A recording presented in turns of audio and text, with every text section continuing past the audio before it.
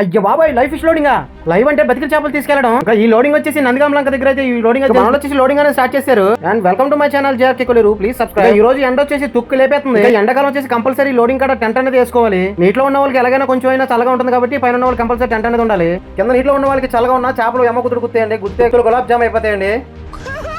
ఇంకా లోడింగ్ అనేది చేసుకోవడానికి మనోళ్ళు అయితే రివర్స్ అయితే పెట్టేస్తున్నారు.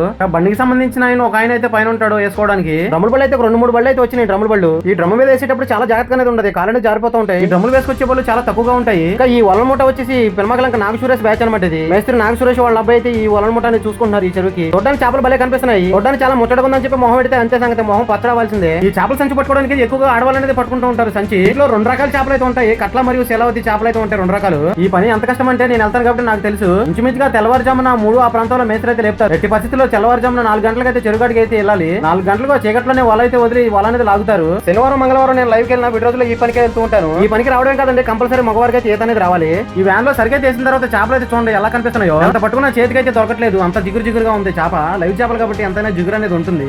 అంటే చేతిలో చిక్కి మళ్ళీ అయితే వెళ్ళిపోతున్నాయి. చూడండి ఎంత తెల్లగా కనిపిస్తున్నాయి. బోర్నీళ్ళు అయితే పట్టం కట్టి ఎంత తెల్లగా అయితే కనిపిస్తున్నాయి. వ్యాన్ అయితే పెద్ద వాహనం కాబట్టి దీంట్లో సుమారు టన్ను పైన అయితే వేస్తూ ఉంటాము. సరుకు ఆక్సిజన్ సిలిండర్ వీటి కోసం పెడతాం కాబట్టి వీటికి ఎటువంటి ఇబ్బంది అయితే ఉండదు. నేనైతే దగ్గరలో జంక్షన్ నుంచి అయితే దింపుకుంటే వెళ్ళిపోతాను. అందుకే నేను కాస్త సరుకు అనేది ఎక్కువగా వేసుకుంటాను. డ్రమ్ముల బండి అనేది తీసేసి పట్ట బండ్లు అయితే సరుకు అయితే వేస్తున్నారు. కుక్కర్లంక హరణ్య కొంచెం నీళ్ళు ముంచమని చెప్తే అన్న అయితే చూడండి కనీసం వేలేడంత కూడా లేదు, దాంట్లో ఉంచి అయితే ఇస్తున్నాడు. ఎన్ని డబ్బాలు తాగినట్టే లేదు. ఎండలో ఇంతకు మించి తాకూడదని అని చెప్పాడు. ఇంతకు మించి తాకూడదని అన్నాడు కానీ అంతకు మించి డబ్బా దొరకలేదని మాత్రం అయితే చెప్పట్లేదు అన్న. నేనైతే గట్ట ఒక 10 డబ్బాల వరకు అయితే తాగేసి ఇంకా లోడింగ్ కాడికి అనేది వచ్చేసాను. మోట్లో కొంచెం బరువుగా ఉంటాయి కాబట్టి కుర్రోళ్ళు అనేది లేపుతూ ఉంటారు ఈ బొలెరోలో. ఎండాకాలం కాబట్టి ఎంత స్పీడ్ వేసుకుంటే అంత స్పీడ్ గా ఉంటుంది వర్క్. ఇంకా నా లోడింగ్ వచ్చేసి కంప్లీట్ అయితే అయింది. పెన్మగలంక మీదగా వెళ్తూ ఉండగా చూడండి ఒక ట్రాక్టర్ అయితే ఫుల్ గా ట్రక్ నుండి అయితే ఒక తూటుకూర ఆకు అనేది వేసుకెళ్తుంది. ఆకుకూర ఏం చేసుకుంటారో నెక్స్ట్ వీడియోలో చెప్తాను. Thank you for watching. ఇలాంటి ఇంట్రెస్ట్ కరమైన వీడియోస్ కోసం నా ఛానల్ సబ్స్క్రైబ్ చేసుకోండి.